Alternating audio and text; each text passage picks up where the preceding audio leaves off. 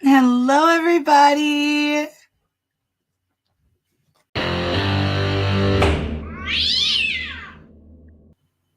Our next case is a discovery subpoena case. Mr. Rank, would you have a seat right here? And Ms. right there. Ms. Ramirez Garcia, if you have a seat over here.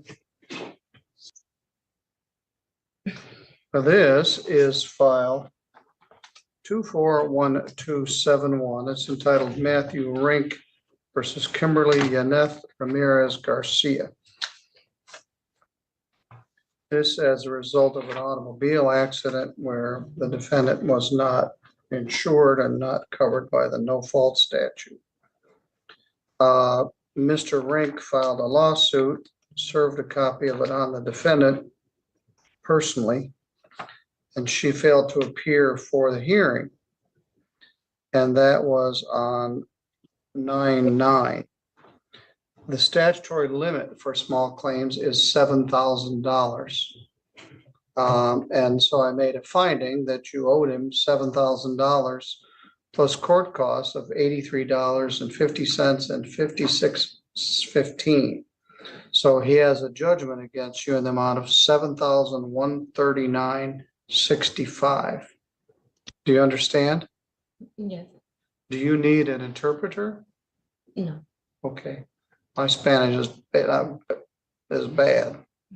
This is a discovery hearing where he asked you to come here to the courthouse and discuss your ability to pay on this debt. So the first thing I'm going to do is I'm going to ask you to raise your right hand. Can you swear or affirm any testimony you're about to give will be true to the best of your knowledge and belief? I do. Do you have the ability to pay on this debt? She shook her head. You have No. to speak. No. Are you employed? Yes. The packet you got with you indicated a number of things that you were supposed to bring. Bank account numbers, VIN numbers of cars, text stuff. Did you bring any of that information with you? I did not. I wasn't able to gather all that information due to my job, but yeah. I get lots, as in hundreds, of cases these days of people driving with no insurance. It's under the insurance code and it's a misdemeanor. It's punishable by up to a year in jail and a fine of up to $1,500, not less than $200. And it's punishable by up to a year in jail, so you have to get fingerprinted. They can run your license plate now and tell whether the car is insured or not.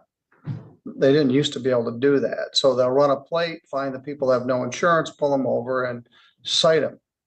And often they'll reduce it. And rarely, if ever, do any of those people ever go to jail.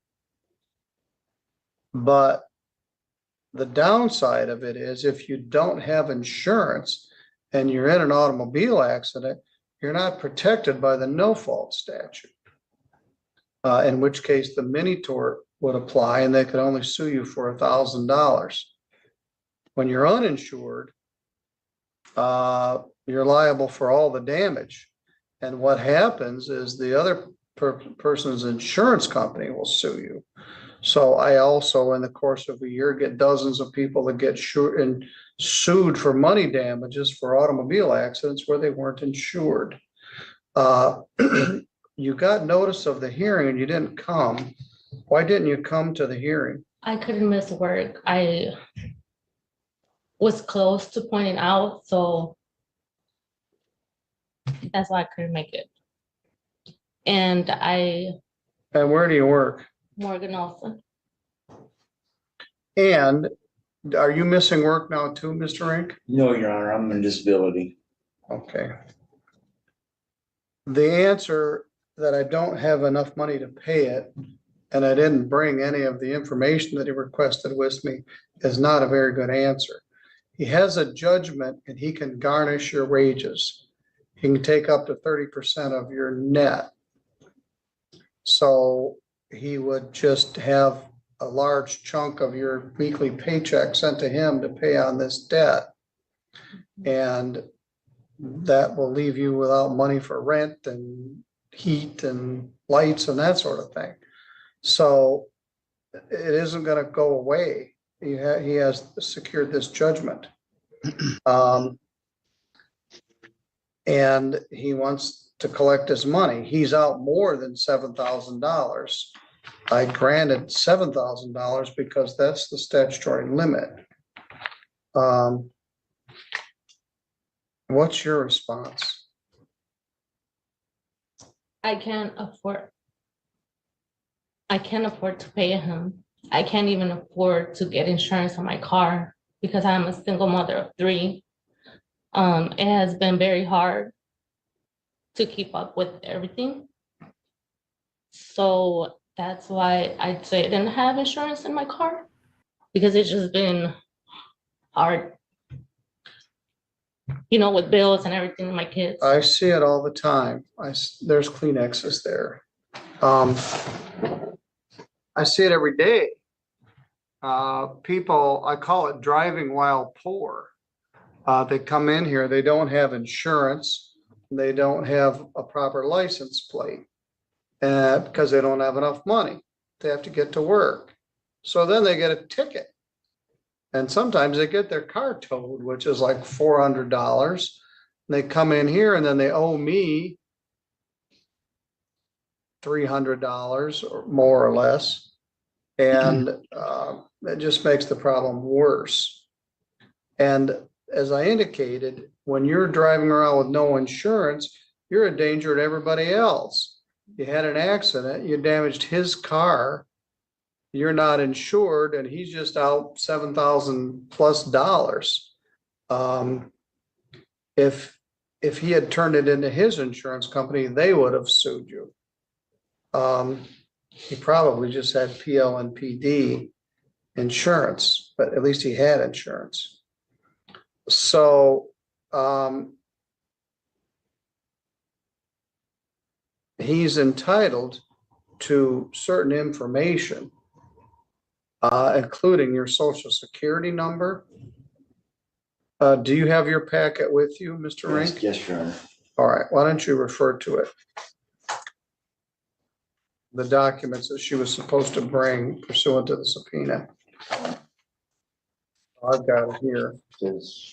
Earning statements, bank statements, real estate deeds, stocks, bonds, or other securities, all motor vehicle titles, watercraft trailers, snowmobiles, your driver's license, identification card, and social security card, Michigan State income tax returns for the last 2 years, and a schedule of your budget or regularly occurring household expenses. For the most part, nobody ever does it, but those are required under a court order. Are you missing work right now? Yeah, I had to leave work early. All right. Mr. Rink, what's your thought here?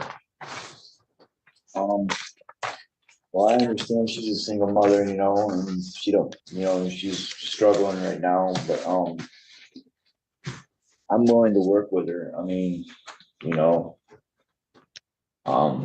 I do, I feel bad, that this has happened to her, and I get it, she's, single mother and stuff, and I don't want to take all of it, all of her money. I understand. But I respect that. What normally was done is the parties are placed under oath and sent to a private room. We're on the live feed, and I don't want to ask for things like your driver's license number and your social security number here on the record. Do you have your driver's license with you? Yes. And do you know your social security number? Yes, I do. All right.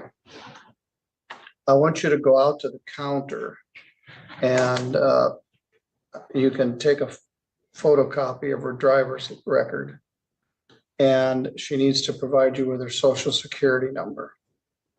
Right now, you could garnish her wages which would just make her probably lose her job. The judgment is good for 10 years. So you could wait until her circumstances change, but fail to stop in a short, clear distance, and you did pay the ticket, so you don't owe the court any money on anything. But you didn't bring any of the things you were supposed to bring, but at least we'll get your driver's license number and your social security number. Then he can determine whether he wishes to pursue garnishment or try to work with you to make some sort of payment on this. But you caused a civil damage to him and he's just out $7,000. And you're still driving around with no insurance, which means this could happen again. And you're a lesson learned for all the people that are driving around with no insurance. If they get in an accident, they're really behind the 8 ball.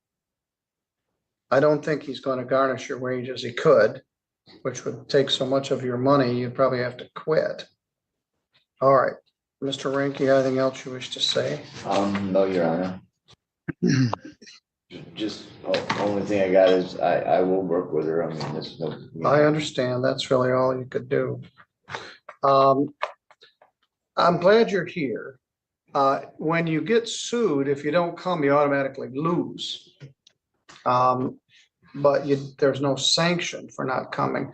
When you get a subpoena, that's a court order to appear. And so you did appear. So I want you to go out to the counter. You can have a copy of her driver's license. You need to give them your social security number.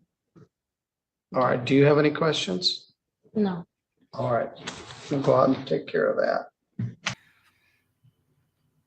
Be safe, be well, sleep sweet, and much love.